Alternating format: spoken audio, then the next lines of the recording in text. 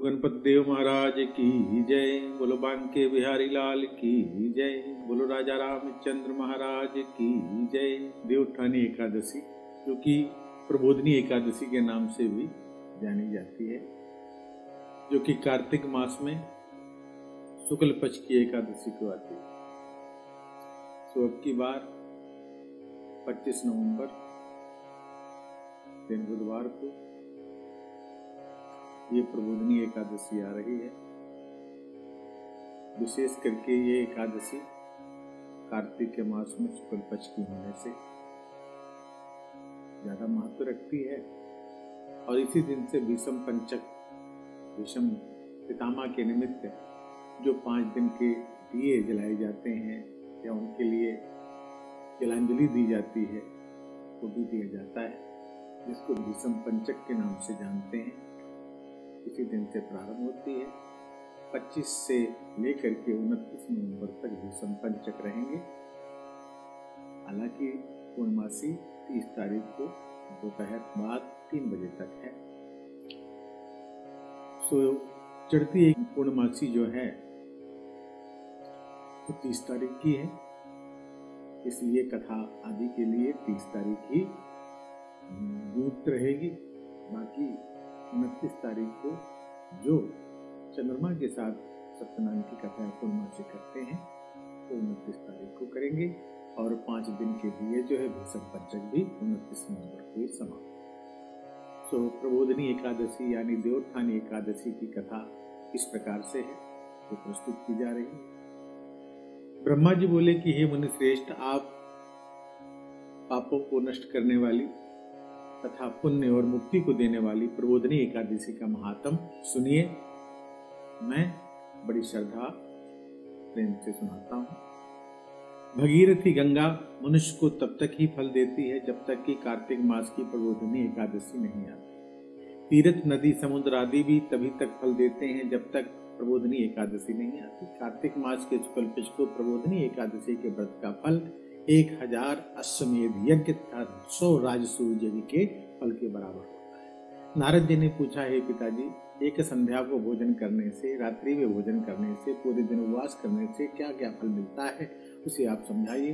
ब्रह्मा जी बोले, हे नारद, एक संध्या को भोजन करने से 2 जन्म के तथा पूरे दिन उपवास करने से 7 जन्म के समस्त पाप नष्ट हो जाते हैं। जिस वस्तु का त्रिलोक में मिलना मुश्किल है वो वस्तु प्रबोधनी एकादशी के व्रत से मिल जाता है। प्रबोधनी एकादशी के व्रत के प्रभाव से सुमेरु पर्वत के समान महान पाप भी क्षण मात्र में नष्ट हो जाते हैं। अनेकों पूर्व जन्म के किए हुए बुरे कर्मों को प्रबोधनी एकादशी का व्रत क्षण भर में नष्ट कर देता है। जो मनुष्य अपने स्वभाव अनुसार इस प्रबोधनी एकादशी का विधि पूर्वक व्रत करते हैं, उन्हें पूर्ण फल प्राप्त होता है। ये मुनिवर, जो मनुष्य श्रद्धा पूर्वक थोड़ा भी पुण्य करते हैं, वो उसका पुण्य पर्वत के समान अटल हो जाता है। जो अपने हृदय के अंदर ही ऐसा ध्यान करते हैं कि प्रबोधनी एकादशी का व्रत करूंगा, उसके 100 जन्म के पाप नष्ट हो जाते हैं।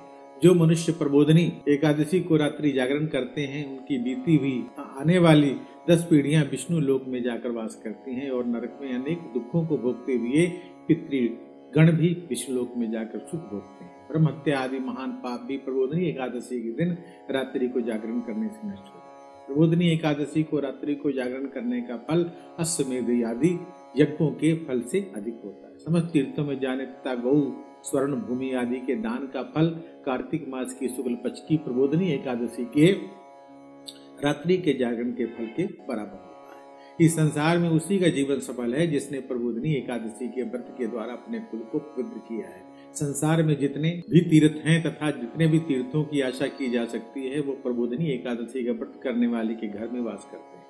मनुष्य को समस्त कर्मों को त्यागते हुए भगवान की प्रसन्नता के लिए कार्तिक मास की प्रबोधनी एकादशी का व्रत करना चाहिए।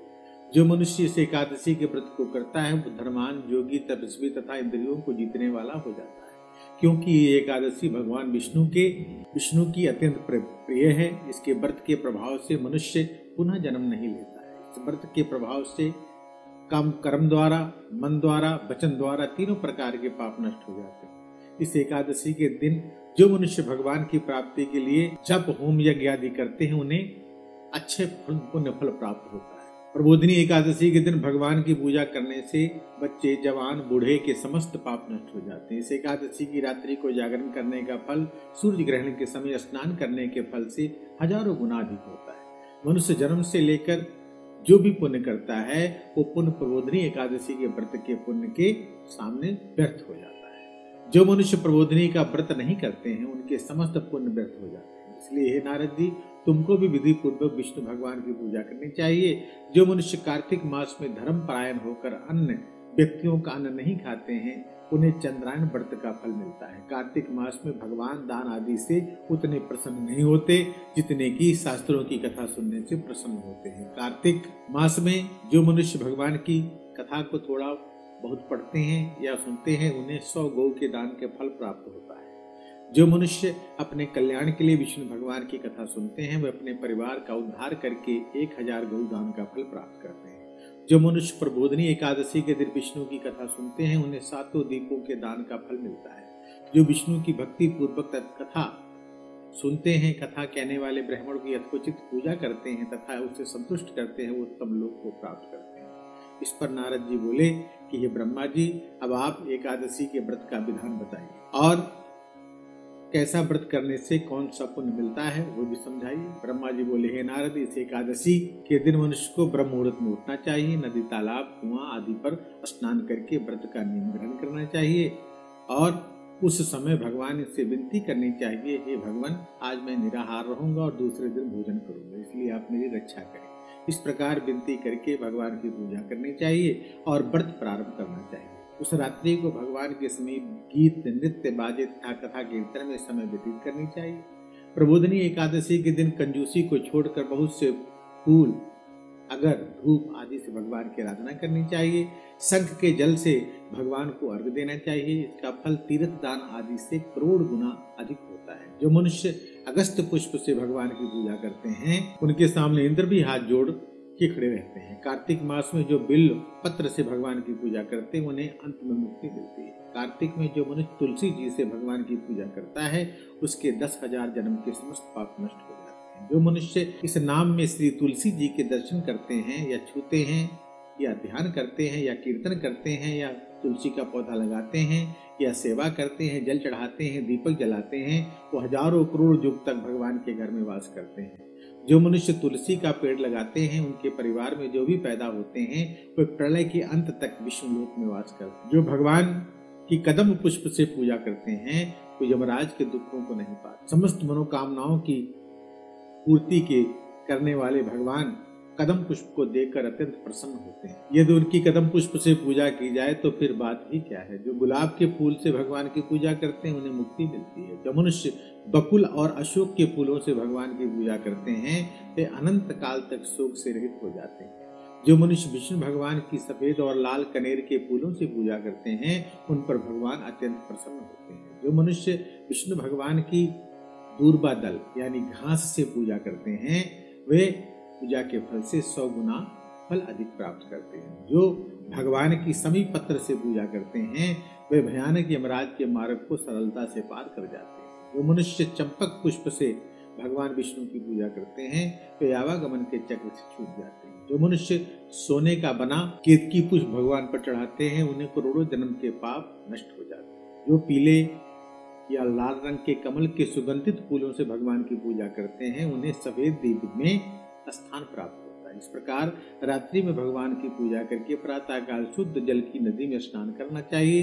स्नान करने के पश्चात भगवान की प्रार्थना करते हुए घर आकर भगवान की पूजा करनी चाहिए। इसके बाद व्रत के लिए ब्राह्मणों को भोजन कराना चाहिए और दक्षिणा देकर मीठे वाक्यों द्वारा उनको विदा करना चाहिए। उसके बाद भोजन, गौ और दक्षिणा से गुरु की पूजा करनी चाहिए और ब्राह्मणों को दक्षिणा देकर के नियम को छोड़ना चाहिए। ब्राह्मण को रात्रि में के भोजन करावे, स्वर्ण सहित बैल का दान करे।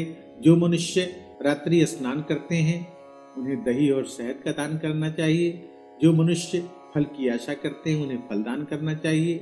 तेल की जगह घी और घी की जगह दूध और अन्नों में चावल दान करना चाहिए। जो मनुष्य इस व्रत में भूमि पर शयन करते हैं उन्हें सब वस्तुओं सहित शैया दान करना चाहिए। जो मौन धारण करते हैं उन्हें स्वर्ण सहित तिल का दान करना चाहिए। जो मनुष्य कार्तिक मास में वस्त्र धारण नहीं करते हैं उन्हें वस्त्र दान करना चाहिए। जो मनुष्य इस मास में नमक छोड़ देते हैं उन्हें शक्कर दान करनी चाहिए। और जो मनुष्य नित्य प्रति देव मंदिरों में दीपक जलाते हैं उन्हें सोने या तांबे का दीपक घी से तथा बत्ती से दान करना चाहिए। जो मनुष्य चौमासे व्रत में किसी वस्तु को त्याग देते हैं उन्हें उस दिन से पुनः ग्रहण करनी चाहिए। जो मनुष्य प्रबोधिनी एकादशी के दिन विधि पूर्वक व्रत करते हैं उन्हें अनंत सुख मिलता है और अंत में स्वर्ग को जाते हैं। जो मनुष्य चौमासे व्रत को बिना किसी विघ्न के पूरा कर लेते हैं उन्हें दोबारा जन्म नहीं होता।